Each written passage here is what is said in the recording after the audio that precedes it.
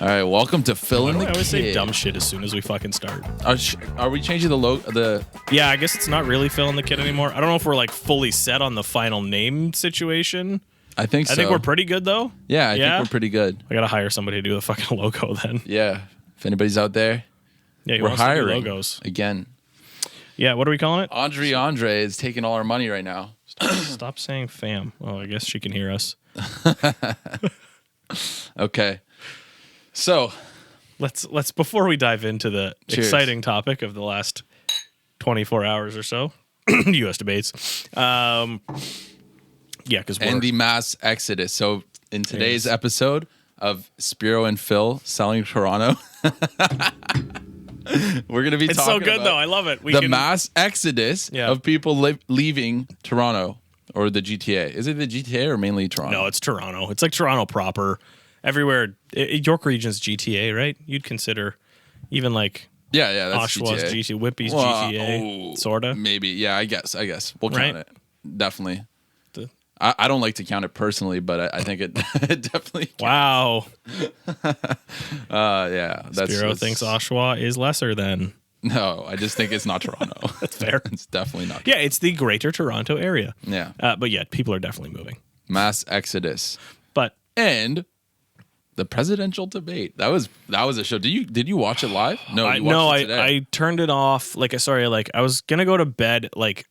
I finished me nerding last night, and I was like, okay, well, what am I gonna do? And then I just refresh YouTube, and it comes up on top, and all of a sudden, you're looking at the YouTube, and you're like, ooh, presidential debate, hour 40 minutes. Do I click? Of course you click. Yeah, you got to. So I was like 40 minutes deep, and then all of a sudden it was like 1:00, and I had to stop, and it was just a train wreck. Oh my! I couldn't, and then I finished it this morning before I started work because, Of course, I stayed up and watched it, and the whole time I was just laughing. I was like, "This is real life." Yeah, I think we're witnessing a fall of a civilization. Like the fall of Rome. It was so rough, and like you just think about all the whole population of that country. And you're like, these are the two best representatives.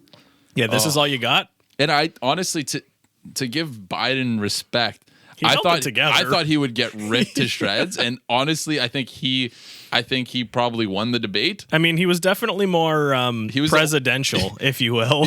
He was the only one that actually sort of followed the rules. Yeah. Oh, I'm sorry. What, the moderator wants me to stop talking? I have to also give some respect to Trump, because his tactics are just absolutely genius. Oh, just bully the shit out of your opponent. He'll just make up something. He'll be like, Phil is the worst. He hasn't showered in 3 weeks. It's true. It's so true. And then I got all the people. Our numbers say it's true. And then Phil will just start talking, and I'll be like, wrong, Phil. You know it. You smell it. You haven't showered. It's so true. I'm the greatest in the world. See, but like every good lie, there's a grain of truth in there. You haven't showered in 3 weeks? Let's ask Lauren. She's on. Oh, on fuck live off. with Is she us. really? Yeah. So for those listening too, once this comes out. So yeah, I guess we're dating ourselves a little. It's Wednesday. We shoot on Wednesdays. Yeah. And dating ourselves. Yeah, we're 80 now. Well, I mean, when this comes out, it's probably going to be a few days after or next week. So the presidential debate was yesterday, just happened. Yeah. And we're also trying out going on Instagram Live right now. And we have a total of 1 viewer. Is that my wife? Yes, I think so. She's also in this building right now. Can you text my mom so we can get 2? No, it's my account. I don't think your mom follows me. Yeah, it's all right. She might. Yet. Okay, that felt super uncomfortable. Yeah, I'm joking. She listens to the podcast, so. Yep. Odd. Anyways, so the debates were a shit show. I mean, we're not American, nor are we presidential candidates, nor are we in politics, so we don't have a leg to stand on. But it was funny as shit to watch. I would love to debate both of those guys at the same time. I think I would do tremendously. I would just pull out. I'll moderate the debate. I definitely would just pull out the Trump card on Trump and see how he does it. Just like, you're orange. but wrong. The way he stands is hilarious too. It's like he's very like he's such an odd shape. He is. When they catch him with like the side camera, he's like on a it's like from waist above is a 45-degree angle. Yeah. It's just like He's got like a shelf, but like an upside down shelf, and then it goes up. Yeah, and there's a head plopped on top. Talk about thick boys. He's looking thick. Yeah. Yeah, he's definitely put on a few pounds. Yeah. At Mar-a-Lago, playing golf. Yeah. 200 and some odd games in a. Yeah, it's pretty ridiculous, man. I can't believe it's. But you, Biden, you golf more than me. Hey, Samantha's in the live chat. Oh, nice. Hey, Sam. What up? This is gonna sound like a crazy podcast, I think. Oh yeah, it's a gong show. Okay, so I mean, let's skip the debates. Skip the debates. Okay, what How else would you dare like to talk sir? about? His positions on certain items? Whose positions? I don't know. Trump's positions? It was so vague on what both of their positions were. I don't think anybody There was a lot knows. of like you make the mistake. I cut it off like about an hour deep, so I had 40 minutes left to watch, but I hop into bed and immediately I'm on Reddit and I swipe over to the news section of Reddit and it's just like a shit show. Trump Biden. Yeah. Oh. I mean, they got the ratings, which is good. So the biggest I don't know why the hell they don't have a mute button. Why would you not? It doesn't like, make sense. Here, you have 2 minutes to talk. You're talking over the other person. Mute. Could you imagine how fucking mad he would be if he just got muted? Like He was getting so mad the whole time when the moderator was like, Mr. President, and he's You're not debating me. Yeah, like what? That's the funniest. Or when he's like, are you just gonna denounce racism? Can you just do it right now? And he didn't. He's like, will you tell them to stand back? I'll tell them to stand. No, not stand down. They told him to stand down and stand by. Stand back and stand by. And then immediately was like, but someone's got to do something about that Antifa left wing. Oh my God, that was the craziest thing I think I've ever witnessed. That was on the hottest, television. Hottest Reddit topic of the evening last night. It's ridiculous. Imagine a president being told to condemn racism and doesn't do it, and then being like, and just doesn't do it. Hey, you guys, he's like, just go watch them polling stations. That is ridiculous. Oh, it seems like what a world. Like we're so close to be in like a alternate universe of the Hunger Games. Yeah, bro. 2020 is a fucking joke. Like, it's a what movie. district? It's a Jumanji. It's I mean, at least we live close to the downtown core. We're probably in district. We in downtown Toronto, son. Yeah, but in Oshawa, you're in District 8. Yeah. Fuck. Yikes. I'm joking. I like and Oshawa. Spiro just lost all client potential from Oshawa. Okay, so let's get into the episode today. Well, I mean, what have you been doing? You got concussed? You've been playing tennis? Oh my God. Okay, I guess Tell me about your life. Yeah, so just before I showed up here, I was showing a home, and of course the basement's a little bit short, so I'm going to close the exterior door to the basement, and I'm looking down. I'm kind of in a Trump position, so I'm kind of bent slumped over, and I whip my head up. Just I don't know why I was. Some might even say it was back and forth. I was doing that movement, and bang, right in the back of my head, I saw stars, and like without reacting, first of all, I was just. You were showing somebody? You just got to hold it together? No, they left, so okay. I didn't have to pretend. It was more of like an internal thing of me just sighing. It was like inside, I was just like I can't believe I just did that. Yeah. And so then I drove over here, half concussed, but I think I'm okay. Seems legit. Yeah, it seems legit. I've been playing a lot of tennis lately. I've decided to pick up a hobby because I think winter is coming, and it's gonna be the worst winter yet. This is gonna be the worst winter. It's gonna be. Like, we were talking about this morning. It's gonna be a long winter. We're just like we're. It's just about to shut down. Right? Everything's about to shut down. Probably a month and a half earlier than like the real estate cycle would typically shut down because COVID's a thing. And then we're going to be in this like loop of like, okay, COVID shut the world down, and then real estate's just kind of shut down for the winter, and then we're going to be like hibernating for 6 months. I'm not just saying real estate. You might not be, but I will be. I think everybody will be. Oh yeah, like the economy's going to take a turn. I'm predicting this. Yeah, it's not a. It's so uncertain. Hot takes with Spiro. Right. This is hot takes with Spiro. I'll look right into the camera. This is a really uncertain time, and anybody who's predicting anything is just blowing air out of their ass. Oh, this is lit.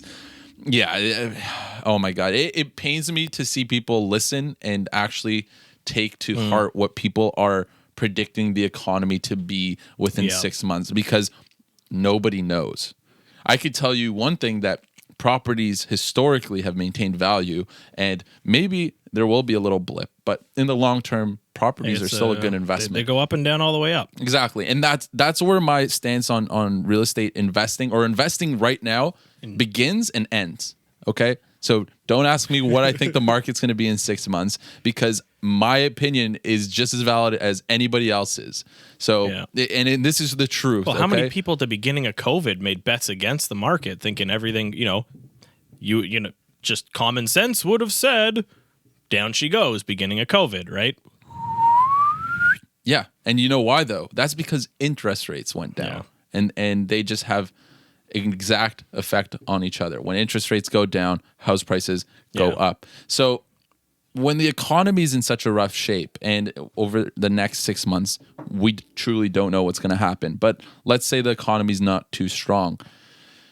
Interest rates are going to have to keep going lower. And I'm predicting we may even have negative interest rates at some point, because that's the only possible outcome I could see where the economy is staying afloat and people are surviving, especially if the government forces certain jobs to shut down again. Because what's going to happen there is if you force certain jobs to shut down, there's going to be thousands of people unemployed. And those people are not going to have any food to put on the table, any rent to pay, or any mortgages to pay. So the government's going to have to step in and pay these people their salaries, or at least a portion of their salaries. Oh, yeah. I mean, well, how many companies were already on the cusp after wave one, right? Or how many companies just shut down? Yeah. And then now how many are going to be even worse shape going through the winter? Restaurants downtown, great example. Okay, we just barely managed to scrape by putting all of our reservations, all of our seating outside. Yeah. And now nobody's going to be sitting outside. Let's have a Toronto winter with nobody sitting inside. Yeah. Nobody sitting outside. It's a very uncertain time. And this is going to be the Bank of Canada. That sounds so bad. For anyone only listening to the audio version of this, I was shelling out the dollar bills, baby. Yeah, that's what it was getting. That's what was getting thrown to the economy. That's what the Bank of Canada is going to do. The government's going to be like, yes, please give us money. Okay. I can't get that sound out of my head. Stop. That's fucking vile. Okay, so that was my hot take on podcast. Yes, children, Phil and the Kid. Oh God, never mind. It got worse. It got worse. Uncut. What was the? We're gonna. Yep. Yeah, let's move on. So what happens? I mean, we're on this weird COVID market situation. Hot take. I heard it was a different podcast. I think it was GSD mode. I can't remember. But it was a guy that's been in the game for quite a while and a big investor guy. And he was talking about the impact on when the debt becomes, the country debt becomes so high because we have to just print money to pay for people to live because of something like this, some kind of shutdown. Okay. The value of money goes, and you're more economics bright than I, but the value of money goes to shit. So. And then the inflation just goes through the roof. Inflation goes through the roof. So owning hard assets during that period of time where people are actively paying you rents, maybe not the worst idea in the world, even if the value in the short term takes a small dip. Money's going to be worth nothing, and it's already worth nothing. If you have money in your bank account right now, as I do, if you have money just sitting there, I'm literally preaching this, and I'm doing the opposite. So do as I say, not as I do. Is that the saying? Yeah. Do as I teach, not as I whatever the saying is, listen to me on this, and there are better ways for your money to be spent, because right now it's getting it's losing. Inflation's going to be it's going to be something, and again, we can't predict it. There are economic models that you can kind of look to as a guideline, but that's all it is. All economics is for the most part predicting the future, which is impossible, and it's hard to predict. Yes. So that being said, we are where we are. Everything seems okay right now. Cases are jumping up, but pretty significantly. Not significantly, but at the same time, I've heard nothing about hospitals being overrun. I've heard nothing about people running to the streets and lineups outside the door, and so I think that's a good sign. You can make a little bit of a correlation with. I mean, we're early. The things just started to peak. Wow, I can speak English today. Pick up again. Like the case rates starting to climb, right? I'm sure that the hospitals are going to see the downstream effect of that pretty soon. Well, but just keep your bubble small. I guess we'll see. You're don't go to the yeah. nightclubs and the strip clubs and the I don't Brass think you're allowed Royal. to go. I think the strip clubs are shut down now. Unfortunately, fortunately. I don't go to strip clubs. Why do I care? But I saw this is again deep dark Reddit holes. You see, like, strippers are angry because strip clubs without lap dances are basically just bars, but they're still closed down. That's true. Right? Yeah. I was like, huh. All right, you raise an okay point. That is a good point. Yeah, but It's if just you're going basically to a strip like club, I know, just for the chicken wings, bro. Yeah, Lou will. Oh my god. But same with the bars, like bars downtown getting like not listening, and it's an interesting like catch-22 because you can understand it sort of from the bar owner perspective. Like you can see why they would do it. You don't have to condone it or agree with it, and I do not. It definitely makes. But you can see someone sense. who's in a terrible position financially who sees like, okay, well, the only way I'm barely scraping by, or probably not even, packing this bar to its allowed limits. And then you have the few bars downtown that just get completely axed because they're not listening to COVID guidelines, probably because they know they're just toast if they don't, right? Well, it's really hard to justify anything right now can't- with the yeah. government, right? You're sending all these kids back to school. That's a universities. topic of contention. I can tell you right now from having friends in universities all over Ontario, there are a bunch of parties happening. They're No underground shit. parties. They're gonna party. They're gonna keep partying. Are you gonna? You can't tell somebody under 20 or in a school setting to not like cram with your friends or Cram not with your friends. I know, like just hang out in corners and like be like How old are you? TikToking and shit. Cram. Fuck off. Shindigs. them shindig TikToks and things. Yeah. Well, okay, so it's so but hard. parties too. Let's say you're a business owner, right? You own a restaurant, and the government starts giving you stricter restrictions now, even though the last how many months has it been? 3-4 months. You've followed very strict guidelines. Yeah. You've opened up safely. Cases have been at a record low for COVID period for months. Yeah. And all of a sudden, schools are open, cases spike, and now the restaurants are hit first. It makes no sense. It absolutely makes no sense. Yeah. And I understand why schools have to be open right now because people have to work and kids need daycare. Of course. It's free daycare. And that's the biggest issue. And that's well, not the big, there's a lot of big issues, but like with the school thing, I imagine and we don't have kids, so how much can we really comment? We're fairly in an okay position from the schooling standpoint, obviously. Yes. But I can only imagine what it's like for a family who both work in maybe a non-work from home environment, who have one or two kids that need to be in school. Yeah, they need to use that, or they can't pay to put food on the table and pay for their rent or their mortgage. What's worse? Do I risk the COVID or whatnot, like on the flip side? But then you hear like there's the 6-hour, 7-hour lineups for getting tested. So the schools are axing certain limitations on like certain COVID restrictions. So like, okay, if your kid's got a sniffly nose, we'll let it pass now because so many kids have a sniffly nose and maybe 10% of them might actually be a COVID threat. So you're like, but fuck it. We're not the conspiracy theory COVID podcast. No, it's not even a conspiracy theory. It's just common sense. Yeah. They have to remain open. I've tried thinking about what's going to happen because they've opened up, cases have spiked. They're only going to spike more. Yeah. And then what? The winter comes. There's no more patio seating. Yeah. There's no more outdoor lines. So what do you do then? Are restaurants going to be open with cases being 1,000 plus a day? 2022, you'll be able to buy a lot of retail, or at least a lot of retail space in Toronto on major streets. Yeah, and 2021's a write-off at this point. I don't think, with Trump again, to go back to the to the debate. Trump was talking about what's the hot take? What's the Spiro hot take on the outcome of the election? He was talking about how there's going to be a cure, a magical cure that comes by this year and is distributed very soon. They're weeks away. They're weeks away, which is just a ridiculous thing to say. Yeah. It's a ridiculous thing to say. All the big guys, the Pfizer, the Johnson & Johnson, he kept dropping names. Dropping names. Yeah, I want to see what those guys say first of all. I know. There was a couple of people like already like discredited the sheriff guy. Yeah, the sheriff's just like, I do not. I don't know what he's talking about, but I'm not here for this. I'm not supporting Trump at all. Like, yeah. So like there's just some claims that there's really no good prediction to know when any vaccine, if the vaccine is even going to do anything. Like, is it going to be a flu shot where every year you need a different one and you need to figure it out, right? What's this strain going to do in the long run? I'm not sure. What a world. Yeah, we kind of went on a tangent there about COVID. It's hard but I feel not like to. we haven't really talked about it that much. No, we haven't. We've kind of pushed it to the side, and we were doing really well. Like the cases were very doing low very for good. a long time. It was like, and we kind of knew, we were warned this was going to become a thing. Like when cases start to drop, be warned it will come again. Don't get comfortable. But we kind of like just as a society went back to our normal ways a little bit, let it go by the wayside. Bigger new news came in, and we got COVID bored, and then now it's boom. Hey, what's up, fam? Yeah, I'm nobody back. talked about COVID during the last few months, even in the States where it's booming. Yo, Florida. Ooh. Yeah, we have a comment here on our live stream. Nice.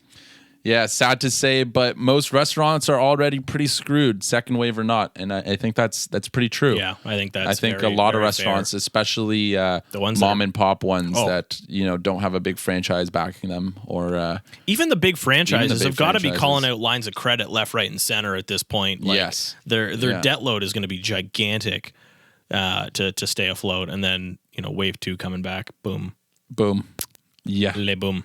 I mean, Lauren works for one of these, like, I'll say it, Ritual. Like a lot of these companies that delivery or pickup and things like that are trying to like move their model to adapt, I'll call it, to the current way of things. So I'm sure that helps a little bit, right? But like, I mean, Ritual and Uber and DoorDash, the meal kits that some of these companies they are were doing, all ahead of the game. they've got to help a little bit. Yeah. But there's no way it can pick up the significant amount of slack that's left.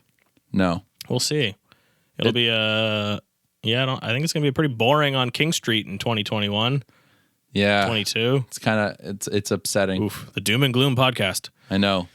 But this Anyways. is a perfect segue to our major topic of the day, the mass exodus. Yeah, so we've been hearing it. It's all over the news. It's in articles, online, Facebook. I'm sure the Facebook moms have seen this. And what it's saying is everybody's leaving the city because nobody wants to live in the city anymore. First of all, complete bullshit. Second of all, everybody's moving. What? Where? You're going to go to Innisfil? You're going to go to Innisfil? I mean, Is that, sick. I don't. You live in Why are you Innisfil? throwing so much shade at Innisfil? There's man? no shade in Innisfil. I'm just saying, what? They the got lots mass of big, tall population? trees. I'm sure there's plenty of shade. Yeah, it's a great place to own property. Yeah, and acre. just hang out. Or I'm sure it's not quite. An So acre, what? You're but- saying all the 25 Actually, to 30 year olds that live in whose place that you just recently leased, her boyfriend bought a place in Innisfil. yeah, and Innisfil's Innisfil's the great. spot. No, it's a great place. I have family that lives there. Yeah. It's not a bad location at all. But you're gonna tell me if you look me in the eyes and tell me that a 25 to 30 year old Yeah. is gonna choose to live in Innisfil for whatever reason, I'm gonna say probably not, or I'm gonna go wrong because it's not gonna happen. There's absolutely maybe Some would. yeah, I people mean, like you who grew up in Newmarket. Yeah, the townies of the world. Yeah, the townies of the world. AKA, I can throw shade. It's okay. I'm one of them. We have another comment. All right, hit it. Innisfil is actually becoming a tech hub. Yeah, get fucked, Spiro. Oh. Innisfil's a tech hub now. Okay, sick, man. Like, come on.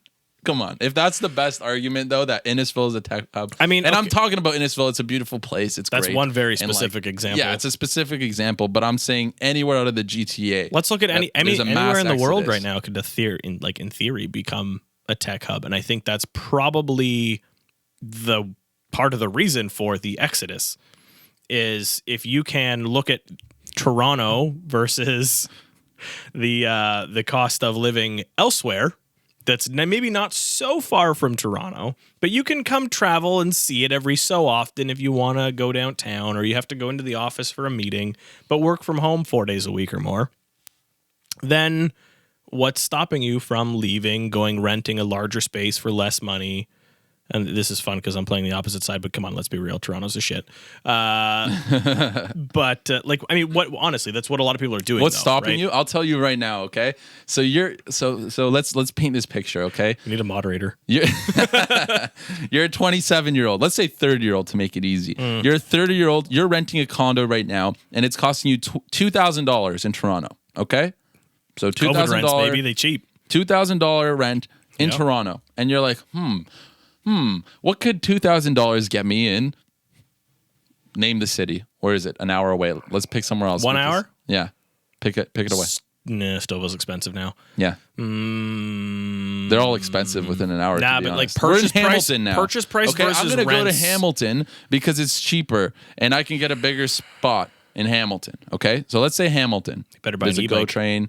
There's you get your nice property. There's a lot of nice hiking trails. Hamilton. You got to stay on the mountain though. You're on the You gotta mountain. stay mountain. It's beautiful. It's nice. You have your trails, the waterfalls. So you move to Hamilton, right? What happens in 2 or 3 years when all of a sudden everything corrects, Toronto booms, and now that $2,000 rent you had is actually $4,000, and with inflation, Wrong. with inflation, you're gone. You just price yourself out of Toronto. I think so. we Have fun and leave. Stretching a touch, but I don't disagree. Okay, $4,000, whatever the price is, it's going to be more than $2,000. Yes, it will go back up. I think people that are leaving for the long term, unless so there is a huge segment of people. Bye. There's a large segment of people, much like my earlier self, that maybe considered that grew up in a town in the burbs. Townies. Some may call them townies, and we consider that very prejudice. Is it? No, I have no fucking clue. But like I could see them. You come to the city, the big city, right? Yeah. You get your break, you leave your small town, you come to the big city, you get established in your job, you make a bunch of money, and the plan is always to have a family, settle down, and leave. Not always, but like for a good majority of people, Yeah. The go older back you to get, you go back to hustle the and bustle. slower Yeah, life exactly. of things. So for those that are on the cusp of that slow life, I can see a lot of them probably not coming back, right? Going to their place, settling down a little bit, getting their the tech job that allows them to work from home pretty often. I've seen it a lot amongst family and friend group recently, just leaving from places that have started to boom. So they got a good recap on the property that they purchased, shuffling those funds over to somewhere that's even a little further out, but they don't have to work from the office more than ever or once a week or twice a week. So they can stay home with their family and their large property for cheaper than they would in Toronto. If that's the long play, I get it. But if you're like 22 and single and going to Innisfil and your, I'm sure the your Tinder game game plan, Innisfil Tinder Innisfil? game, you're going to the ranch in Barrie. You can go to like that's Barrie. the play. Yeah. But not in COVID. No. Like, what do you do? Oof, there's a whole other. We should get in. Well, we should have someone on who's like actually single and like From Barrie. run. Any single people from Barrie watching this, you're invited. You're to the coming podcast. on to the next. Just single in general. I'm very curious how the Tinder, Bumble, Hinge, whatever fucking game is going in like COVID world. Even Toronto, like COVID Toronto. That must be pretty tough. Oof.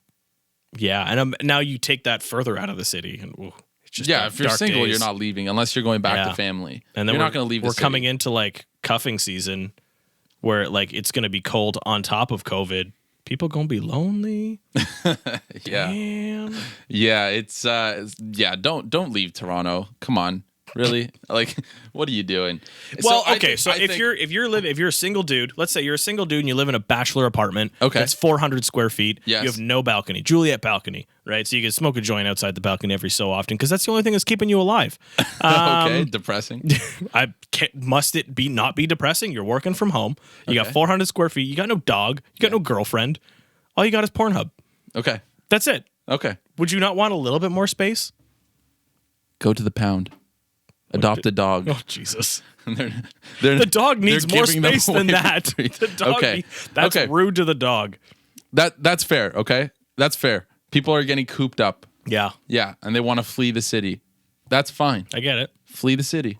But, No one's stopping you. all right. There's no but. Are we allowing them back in Spiro's world? If you can afford it when the Yeah. prices go up, sure, come back. But you probably think- won't. I agree. You I probably think that's, won't. I think that's That's the the part biggest where trap. maybe the short-sightedness comes in. If your plan is to come back to the city, if you're in a company that maybe is giving you a work from home pass for 2021 and you don't know what happens beyond that, does this work from home pass extend indefinitely? Well- Am I going to have to shift back to a job that requires me to be in the office in downtown Toronto so my 2-hour commute once a week, it became a 2-hour commute, or because everyone's going to shift at the same time, 2.5-hour commute, 5 days a week. Well, being a little bit more central starts to look real good again all of a sudden, right? Well, okay. Coming from the perspective of somebody who's done, 100+ leases in the last year, and we flexing now. Who's done a bunch of leases during COVID. Now, that's been half of the leases I've done. It's been during COVID. We're gonna get more of this, by the way. Sure, a little bit more. So coming from that perspective, people who are leasing, renting somewhere aren't leaving the city by choice in the masses. Okay, so it's not like they're leaving because they're like, well, prices are going down, so I'm gonna go to Ajax and live in Ajax, which is still, I guess, GTA. But Ajax ain't far. Yeah, but you get my point. Is saying those people who are like, I'm in a 400 square foot apartment, and I'm paying, $1,600. Well, now you can rent a 1-bedroom apartment for $1,600 or $1,700. So they're gonna just move laterally to another place in Toronto. Yeah. The people who are moving are the people who have lost jobs, unfortunately, or have opportunities. Let's say they're in school and they're going back home. Let's take it aside on the rent price thing for a second. Okay. Because I mean, this actually is happening a little bit in the sale, like the purchase and sale market too, but strictly rent speaking, I've talked to a lot of the guys that do a fairly similar model that we do, just not in Toronto. The Oshawas, the Peterboroughs, the Newmarket, all those types of things. Rents in Toronto took a bit of a nosedive pretty quickly, when COVID started, right? Yeah. Since have kind of plateaued a little bit, but still fairly difficult compared to pre-COVID to get things rented. The absolute opposite is seeming to be true outside of Toronto, right? So you see this competition that happens typically in Toronto, thus rents rise. And I'm talking to agents that do like Peterborough deals, and we're talking about, bungalow 2-unit situations. The rents are almost the fucking same, which, I mean, great from a cash flow perspective, but when you're on the investor side, but looking at from a tenant perspective, how long does that make sense, right? Mm-hmm. What happens when the world gets back to normal? Who knows when that's going to happen? But when the world gets back to normal, and you can rent a 2-bedroom or a 3-bedroom upper floor of a bungalow in Peterborough for $2,000, or you can rent one in Toronto after the rent's dipped for $2,200, and your job is in Toronto and the nightlife is in Toronto, and you're in your 20s and 30s. Where are you going to go, right? But again, everyone teach their own. But I do think a higher majority of people will start to shift back, and the short-sightedness will not last so forever. To throw a question to you, how crazy do you think it's going to get when things do go back to normal? So let's say 3 years, 2-3 years. No. Things get back to normal, and you have this so-called mass exodus of everybody leaving. What's the opposite of an exodus? Incidus. I don't know. It's what's literally been happening in Toronto for the past however many years. Well, yeah, I mean, that's why there's condos. What is it? No immigration, no students. Well, there's still some immigration, and but compared to before, right? Compared to crank that up. Plus, you crank everyone else back that wants to move back into the city. Oh, you're getting some love there. Mm-hmm. Hi, Mom. Well, no, okay. So the comment was that, and sorry, I keep clearing my throat. I'm drinking a little bit of whiskey. And it makes my throat a little bit, clogged. It's not COVID. I've been COVID tested at my tennis club.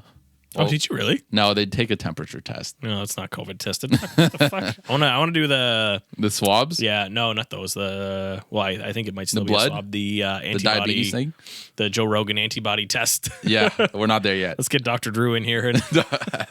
Okay, so there's been a comment, and it's that people have been moving out of condos downtown, but they're moving to other parts of Toronto. Yeah, fair. And I think you're a perfect example of that. I did exactly that. I mean, I was purchasing, and this is actually another thing that we're seeing from people that maybe rented inside the city and then looked at, okay, maybe this is my opportunity to buy, right? Maybe because prices were depressed a little bit, especially with people are assuming that was going to happen on the outskirts. But people maybe saving up their funds and waiting to buy outside the city, also a thing. But anyways, let's go back to that comment. The condos are, yes, absolutely hurting. And I think condos have a few factors to them that hurt significantly more than freehold. You have an elevator that you have to share with a bunch of people. Having lived in a condo, traditionally, those elevators take a shitload of time anyways. Like, I would wait 15 minutes some days to get down on an elevator when there wasn't COVID. Work, timing, 15 minutes. One of the elevators was always down for whatever fucking reason. Now you have to split 3 people maximum in a lot of elevators. You've got to wear masks everywhere inside your building. You've got all sorts of like COVID related chaos, we'll call it, inside a condo building, right? Combined with the fact that you're probably working from home. If you're in a couple, like the people that actually moved into the place that we left were a couple with a dog, and they were in a bachelor apartment, both working from home. Rough. Fuck all of that. And what did they do? Buy? No, they rented the unit that we were renting before, but it was a townhouse from, like, they were in a condo, like a 400 square foot bachelor, and we were in a town. So at least there's some separation of space. They can walk directly outside. So when I left, I did a lease so landlord is great, actually showing him a property in Little Italy tomorrow. So this is a good relationship, might have turned around into something real good. But we leased his Liberty Town and a condo that was very close by. The difference in trying to lease both of those units was just astronomical. And this was still pretty early COVID. Leasing it for August, I think it was. I guess that wasn't that early. We haven't been here for that long. But so the Liberty Town, we listed over what we paid. And I told him this is probably maybe a little bit lower than market, but like not crazy below because, COVID's a thing. 3 people came in the first day, or 3 offers, I should say, the first day. So like people were fighting over it. Because again, townhouse, not condo, you can walk outside. It's like akin to freehold, right? Yeah. And still in a very hot neighborhood. The condo, we dropped the rent by a significant amount. Took a month and a half. We had to install blinds and fight with literally negotiate the crap out of the one solid lead we had. And you got a shitload of rent for that unit. What do you mean? It was on the high side. You still. Oh yeah. It was definitely on the high side compared to the buildings in the neighborhood. Definitely. But it was also one of the nicer buildings in the neighborhood, so it kind of justified. But nobody was paying for the nicer building. Okay. They just wanted cheaper rents, so it was a little bit of a finagling to get that one done. And that's much the same as we're still seeing condo prices come down a little bit. People are still moving from that condo life because they want to walk out to their backyard. They want to not have to share the building with other potential COVID cases, I suppose. I mean, I'm putting words in people's mouth. I don't know actually, but this is a pretty safe assumption. Yeah.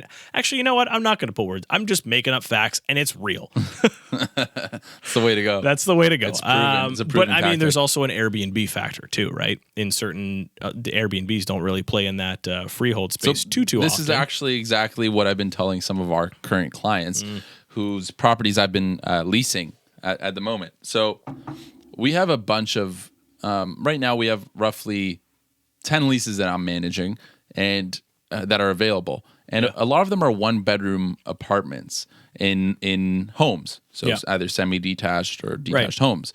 Now, you get a 1-bedroom apartment in one of those homes, and ours are typically pretty nice. They're nicely renovated and nice places to live. And, I would live there. You would probably counters, stainless appliances, ensuite laundry. Exactly. They're not bad places.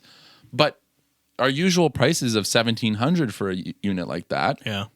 Well, now you have competition of these top of the line condos with ensuite parking and ensuite laundry and garage parking and amenities, a gym, a pool. It's tough to fight when the condo's brand spanking new. A view, a balcony, new appliances, nice countertop, everything's perfect. Yeah. And you're minutes away from transit, or you're minutes away from the lake shore, or whatever it is. Yeah. So that's immediately your competition, where before those would rent out for what, $2,000, $2,100 roughly, more in a lot of cases. More. Yeah, no, exactly. they were such a different category, and many of our lease clients, we'll call them, or our tenant pool was coming from the people that didn't want to spend that money to be there. Yeah, and they were okay with here. It was the step down that made sense. Yeah. There's still a great unit. You're in a nice area still. And you're in a single family or multifamily home instead of a condo downtown, but you're saving $400, $500, $600 a month. Condo, what is it? Let's say it was $2,100, but usually you're paying your own hydro, right? Yep. And usually there's more expenses to that. So when it comes down to it, you're saving $500 a month. That's a lot of money. And right now, if you can get that condo for 17 or 1800, now let's be real here. There's not many out there for 1700, but you can snipe one up there for 1700, Well, the thing 1800. is, things are, and I think agents and tenants are realizing this. Everything's negotiable now. Everything's negotiable. Where before it was from the landlord side, especially if you were like a condo landlord, list it day one, 5 offers done. Yeah. Especially in a condo where someone's already seen the same like floor plan of that unit. Okay, pictures look good. Here's offer over list whatever price. Yeah. And we're taking it. We're good. 800 Triple credit A score, tenants. yeah, like And $150,000 income. Like it was. now you it was a can now dream. things are sitting because there's so much stock on the market where everyone's just kind of like, you just throw out offers and who's coming down the lowest. Speaking of stock, Midtown Toronto has just seen a crazy amount of stock pop up. I don't know if you've probably noticed, but 0 to 2 days on the market, things have been just crazy, under $1 million. Mm-hmm. Now, I think those prices are a little bit lucrative, and we have this Terrible timing for my offer date that was supposed to happen tonight. Well, we had this conversation at the office earlier today as well, and it's that, are they the lemons that are being, are those the properties that, the price looks great, but when you really look at it, it's kind of a shithole. Well, this happened in wave 1 too, right? Early wave 1, there was that first little slice of time when we bought this place. Well, when I bought my place. Right, exactly. There was this like wee little slice of time where it was like fire sale, and then it went back to normal and busier than normal. And now we're coming into the winter and we're hitting wave 2 and people don't know what's happening again. So again, fire sale. And a lot of them are kind of lemony, right? And still some people aren't like willing to move on their price, or maybe they've got offer dates and they're expecting more. But a lot of stuff's stuff's not crazy. I saw one in our neighborhood that is about to, it's sold conditionally. I don't know the final amount, but maybe when this podcast comes out, it'll be shown. Sold conditionally under $650,000. Now it's a total gut job, but that is a ridiculous price for Toronto. Now I don't want to be fear mongering and is that Silverthorne one? No, Glenholm. Glenholm. Firehouse. But maybe we beep out these. It doesn't matter. Doesn't matter. But it needed a lot of work in there. Yeah. Like it was in rough shape. But you put in $120,000 to $200,000. I know that's a big gap, but depending on your who knows what it looks like inside. I walked the property. I do know how it looks like inside. It's a great deal. Gut job. If you get it for $600 to $620, we actually threw in an offer. But obviously it was a little bit lower than what supposedly they could get. I mean, all power to them. But yeah, I mean, at that price, you throw in $150,000 in renos, you're hitting $750 then in total price paid. And in that area, semi-detached, the same one will sell for $950,000. The fact alone $1 million. that it was conditional at that price point already says quite a bit. Yeah. Right? Yeah. And you know what it is? And this is another thing. If you're going to take on a project like a flip or a gut that you totally need to put $100,000 to $200,000 in, I don't know if the average person meaning 99% of the population who could even buy a property. So not including others who can't. Of the purchasing population, most people aren't thinking that now's the time that they're going to take that risk. Oh my God. And put in $200,000. What did we say earlier? The market could do this. The market could do this, right? When you're buying a flip, you probably want the market to be pretty damn stable, if not on an incline. Yeah. Right now, it's literally a roll of the dice what the market's going to... So if you bought a flip today, you're going to close in a month, let's call it. You're going to renovate it for 4 to 6 to 8 months, and you're going to sell it in the middle of 2021. And what does that mean? Who the fuck knows? Yeah. What does 2021 look like? You have no idea. However, and I got a lot of clients that are like, do we buy now? Is this like a good time for flips? The properties are cheap, blah, blah, blah. And I'm like, you do you, but my advice probably would be... stabilize, but if you're going to rent it, different story. Now, if you want to take good advice, wrong. wrong. This would be a great debate. If you want to take great advice, I always think if you're buying a good deal in the moment, correct, that's all you can ask for. Yes, and you will be making some sort of profit. We talk about in rentals a long lot, run. so that has to be a good rental deal Mm-hmm. in this. I imagine in this perspective at this moment, like okay, if it cash flows, if it breaks even, if it comes close, if it's the top 5% of what's available in the current moment in time on the market, fine. But if you have to know your exit strategy. You could buy the best deal on the market at the time, and the market could take a shit. And your only exit strategy was to flip it to The market could take a shit. it could, and your only exit strategy is to sell it to Bob and Cheryl, who want to pay God knows how much. Not Bob Susie. and We're leaving Cheryl. Susie out of Yeah, this. Sucky Susie Sue's already purchased and staying. Yeah. She's there long term. But let's. You've got X amount of capital in this property that you tried to flip. Your end game is not a rental capable, and then the market takes a shit. That's not a great spot to be in. No, But it's not. if you have a basement apartment, you have some kind of rental capacity where in the worst case scenario, you rent neutral, you just hold it out and you wait, right? Let's get back to the Exodus. We really turned. Let's get back to the different, Exodus. So I just think it's a lot. There's a lot of fear mongering going throughout the We might not world be right helping. now. I think the world right now. You can just look at the United States. Look at anywhere in the world right now. There's a lot of fear mongering going around, even with COVID cases. Now, I'm not a scientist. I'm not a doctor, so don't listen to me at all about this subject. But I really want to know what the real stats are. We see daily cases. The number that I think makes the most ridiculous. It boggles my mind that they even put it. They're like, Canada, 150,000 cases. Like, what? Like, what is that? Why is that even relevant? Who cares how many total cases? It's about how many cases there are right now, how many people are on the streets with that. That's all that really matters.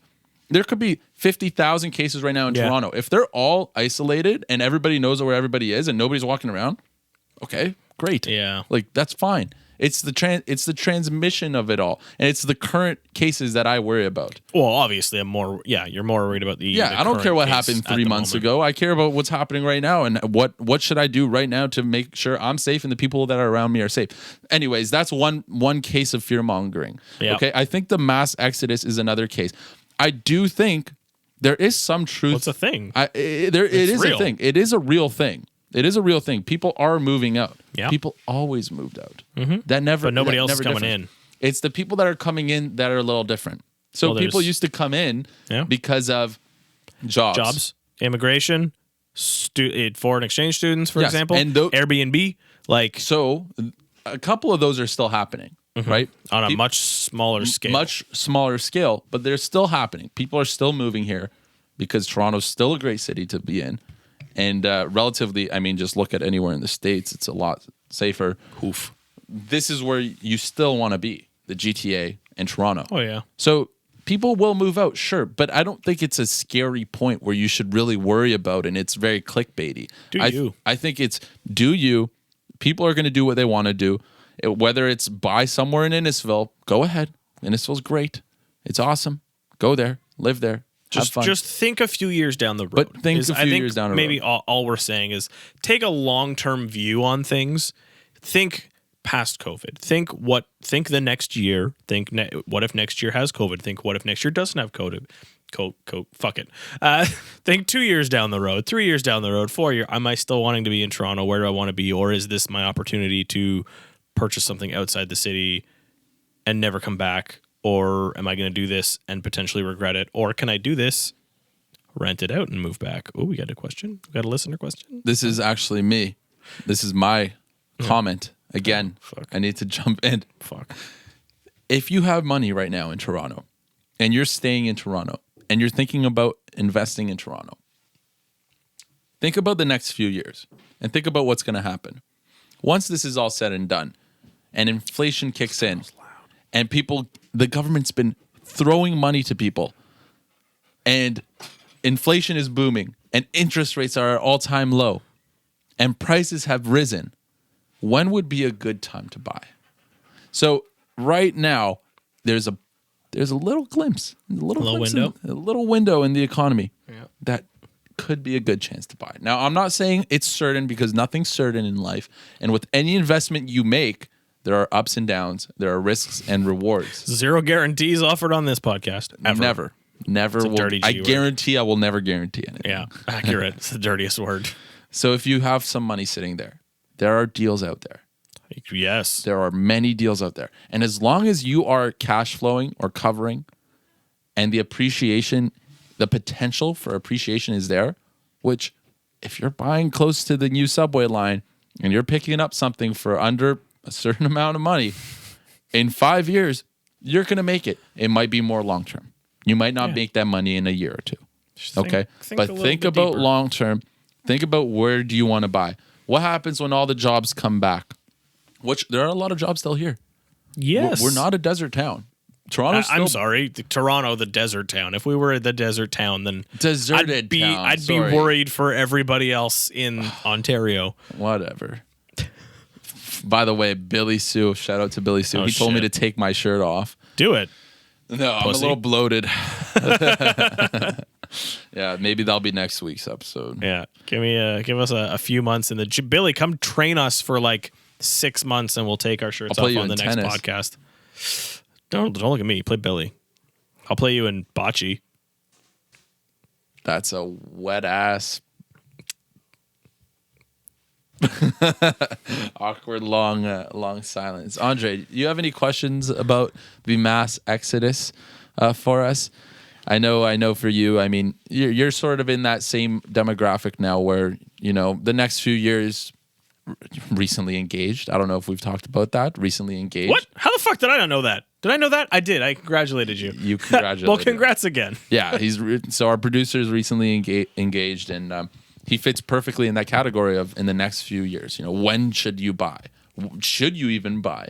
So this is actually a good. If you do have any questions, shout it out. If you don't have any questions, well, I look stupid now because I asked you and I went on this whole thing. And I fucking hope you have no questions. Well, I definitely want to stay in Toronto because I believe in the future of this city. Well, I wanted to ask, what do you think is the best part of GTA to invest in right now? Is it downtown, midtown, North York? What do you think? Oh, that's spilling the beans there. Maybe we'll talk about that off air. But to be totally honest, there are a bunch of pockets right now that you can go in. And I said midtown before because that's it. If you look at Toronto, draw a circle in the middle of the city. There are a lot of options there. That's I don't want to get too specific with things because there are deals in the work right now that maybe when this is out will have already closed. But there are a lot of deals to be made. What I think about as an investment standpoint, okay, so there are two different aspects of buying real estate, right? There's the investment side, and then there's your personal enjoyment side of it, right? So are you going to love living there if you're living there? Are you going to love living there? Or do you only care about the value in 5 years? Or do you want to make the I only care about value in 5 years. Oh, okay, perfect. I like how straight up he is, though. Yeah, so if you only care about value in 5 years and you want to buy something that's low quotation marks right now, Toronto's still expensive. It's always going to be expensive, more expensive than the cities around.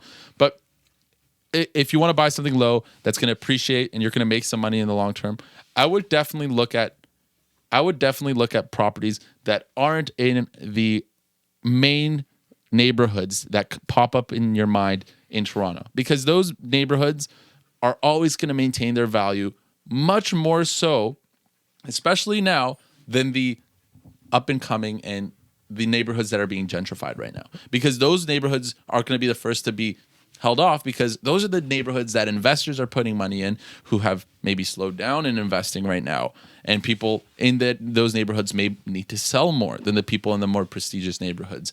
I'm just giving advice here. This take it as you want. I know Phil wants to jump in. He looks constipated right now. Just let it out. I know with my dog, man. So my advice would be guest star. My advice would be Midtown Toronto, which we can call York, East York regions of Toronto is a good place to start looking. I mean, what that means is, again, you can still buy a property in those and get totally screwed and pay way more than you should have. But that again comes to what realtors you're working with and what your knowledge of the market is. I think maybe I'll add to a point. I mean, just you could buy a property and be totally screwed and pay way over market. But so long as it still cash flows in the long run, you should, in theory, just be fine. I think the markets that you outlined probably not a really bad play. So long as not a bad play. So long as they are cash flow positive again, and you can make a lot more. And we talked about this on last episode. A lot more properties in Toronto cash flow positive than you think, in terms of straight investment property. And then a lot of people will. I mean, if you're asking from a where do I live for the next 5 years, maybe find a little bit of a blended model. Some here being a good example, somewhere where we maybe won't stay permanently, but it's a great, comfortable neighborhood, and in the long run, still cash flows positive. There is predicted transit in the very, very long run, so worth considering holding for the long term. And there's a model for everybody. So I'm not saying this is the model for me, but some people who are maybe a little bit more condo heavy, condo aggressive, now might not be the worst time to look at buying condos. They're pretty depressed right now. Yeah, if your bet is on the market, everyone floods back when COVID's over and things pick back up, then yeah, maybe it's not the worst time to look at that type of asset either. Condos have relatively dropped more than freehold, significantly. Yeah, significantly. Here's a cool question. So let's say a typical couple. I guess most people fall into that category. Let's say husband and wife make $50,000 a year each, so that roughly qualifies you for a $500,000 loan. Am I right? Not terribly far off. Okay, so with this, I guess most people have this type of income. So with $500,000, you can really buy a house in Toronto. But you can't or can? You can, most of the time, right? Cannot. What is that story? Is that purchase price or just mortgage? Mortgage, yeah. With a $500,000 mortgage? Well, if you're putting $200,000 down. So let me finish. So what would you do if you can qualify for $500,000 mortgage? Would you consider buying a house outside of GTA or buying something in Toronto? How would you spend that $500,000? That's a good question. I think you already know my answer. I'm staying in Toronto. I honestly think there is a play for both. I think, again, this depends on how much you want to bet on the market a little bit. You can get into a lot of different condos pretty reliably in that case. And now this is assuming you probably have a fairly minimal down payment as well, right? Just assuming most people that can qualify for a $500,000 mortgage probably don't have $200,000-$300,000 to put down, right? To bridge the gap to a more expensive property to get you into the freehold space a little bit. There is an opportunity for a lot of different condos. Oh God, that was noisy. Opportunity for a lot of different condos if you're going to live in it and you're cool with living in it and waiting till the rents come back, maybe buying it a little bit of a depressed rate, live in it for a few years, rents come back, rent it out and move on, or sell it if things get higher.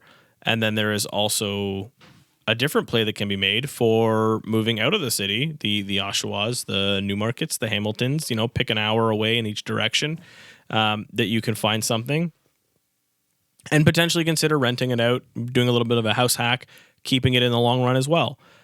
Depends where you want to be. If you live, work, want to be Toronto core. The question is, what would you do? What would I do? Ooh. Okay, you've lived out of Toronto. I've lived out of Toronto. I've lived out of Toronto for 4 years. You grew up out of Toronto. Mm-hmm. Winters outside of Toronto are much worse than winters inside of Toronto. Winters. Okay? So I live basically on like the Highway 9 snow belt, more or less. Anything north of that, winter is real bad. That's fair. Winter in Toronto is because even during COVID, where everything's closing down, there are still many more options of things to do. Even just the walk is way more exciting than when you live outside of Toronto. Yep. So there are always going to be more options in the city than when you're outside of the city, and especially during the winter, especially those 6 months where it's really cold. You're hunkered in your home. Okay, your home may be smaller in Toronto. Yes, it might be smaller relatively to the same price outside of the city. But there are way more things to always do. So I would stay in Toronto. So with that money, that being said, you're a couple. Right now is a great time to get into the market at 2-bedroom condos. So 2-bedroom condos, especially in Midtown Toronto, but wherever you go in the city, but especially Midtown Toronto, you could pick up a 2-bedroom condo the day of this podcast, which is September 30th, 2020. You can pick up a 2-bedroom condo for anywhere between 500,000 and 550,000. I mean, it definitely fluctuates depending on where, depending on the quality of building, blah, blah, blah. But in a nice building that I would personally live in, I could pick up a 2-bedroom condo right now for $500,000, $520,000. Might be a little bit safer to say. Probably on the small side even. But hell, last deal I did, north, like Don Mills, just north of the city before the 401. North York, I guess they would call it. 615. I'm just going to jump in. Sorry. 2 plus 10. Thanks, guys.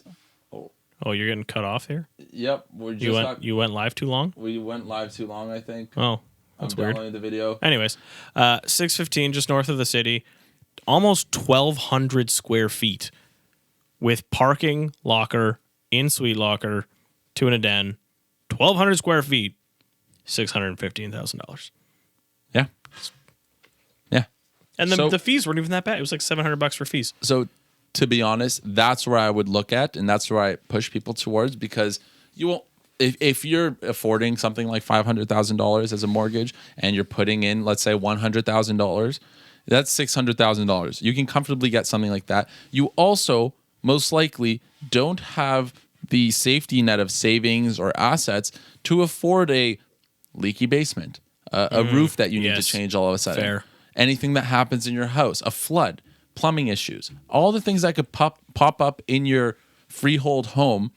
Do you have that 50,000 just sitting there that you can tap into? That's a lot. Okay, it is a lot. Yeah, but I'm exaggerating go to for my RBC and you get your 15 grand line of credit, and you get just your leave line it of sitting credit. there. Yes, and you but- hope you never have to use it. and you hope you never have to use it. In a condo, most likely you'll never have to use it. So that's the Oh, in a difference. condo, you just basically, no guarantees. No guarantees. But you pretty much will never have to use it. Yeah. So that's what I would say. I would say to that. So pretty much condo over a house outside of GTA, right? To each their own. to each their own. You're asking what we would do. Yeah. What about you, Phil? I like my cars, man. I like driveway space. And I'm a townie. So you would get a house outside of GTA? Unless I can find a condo with Phil some is the parking. one Toronto realtor that will tell you to buy a house outside of Toronto. I'll sell you a house wherever you want to go, fam. I shouldn't say fam. That seems weird. That's tough. Honestly, that is real tough. Me in my current stage of life, I probably would want the space. If I were me 5 years ago, I would be downtown 1,000%. More than 100%. But I don't know. Current stage of life, I would be toying. It's tough. Like that's a real roll of the dice decision for me, and I can't fault anyone for going one way or the other. I think they're both pretty valid, functional arguments. So Just call me if you're going outside. I'll drive to Newmarket. Don't worry. and maybe I will too. I don't know. It depends. I'm not too sure if Newmarket's my place, but I wanted to end this off sort of with a couple things here. Okay, so one more comment that we got during our live stream, and it was saying how actually Toronto's economy is doing very well, and most people are just working from home. So a lot of people are still working. They're just working from home. Their workplaces have changed, but they're working from home, except for realtors who work in your home. So it changes a little bit. I guess realtors are still the ones that are kind of coming and bugging around with all your stuff all the time, but most jobs are still working, which is a really good sign for our economy. Okay. Now, I do want to wrap this up. I have to get somewhere very shortly. The man's got a tennis lesson. I have his tennis assessment. It's not a lesson. Sorry.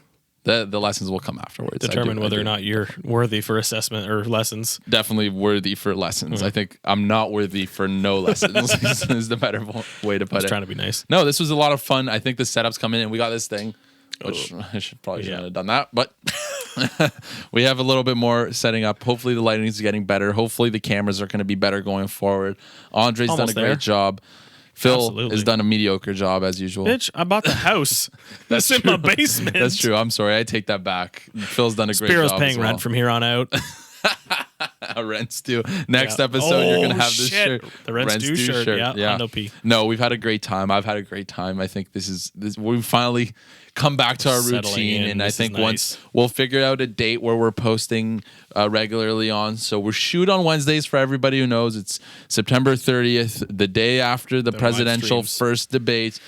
That's today. We'll figure out a day that every week we can be posting by. It's but sad that's that I think the probably Vice, the VP debate is going to be significantly more watchable. I think Mike Pence is more boring than cardboard. Yeah, but at least they'll like Kamala's just gonna they destroy won't him. talk over each other. She'll fucking shit kick them. She's gonna destroy him. Anyways. He's gonna be like, Donald? Donnie picks up the mic. He's Wrong. Gonna, he's wrong. Gonna, I can wrong. see. Could you not see that happening? Out of nowhere, just walking in, taking the mic. fucking Listen wrong. here, Listen here, Kamala. Kamala. Okay, guys. I was on here on stage with your president there, your presidential candidate. Thanks. And everything he said was a lie. He was wrong. Thanks for watching Spiro and Phil selling Toronto. Oof, I like We'll see it. you next time.